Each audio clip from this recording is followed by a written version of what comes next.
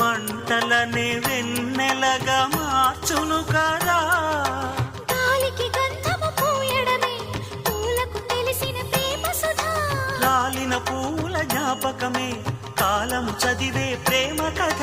ప్రియమైన కనవారి సుఖ శాంతులే కోరి మురిసేటి గుణమే ప్రేమ.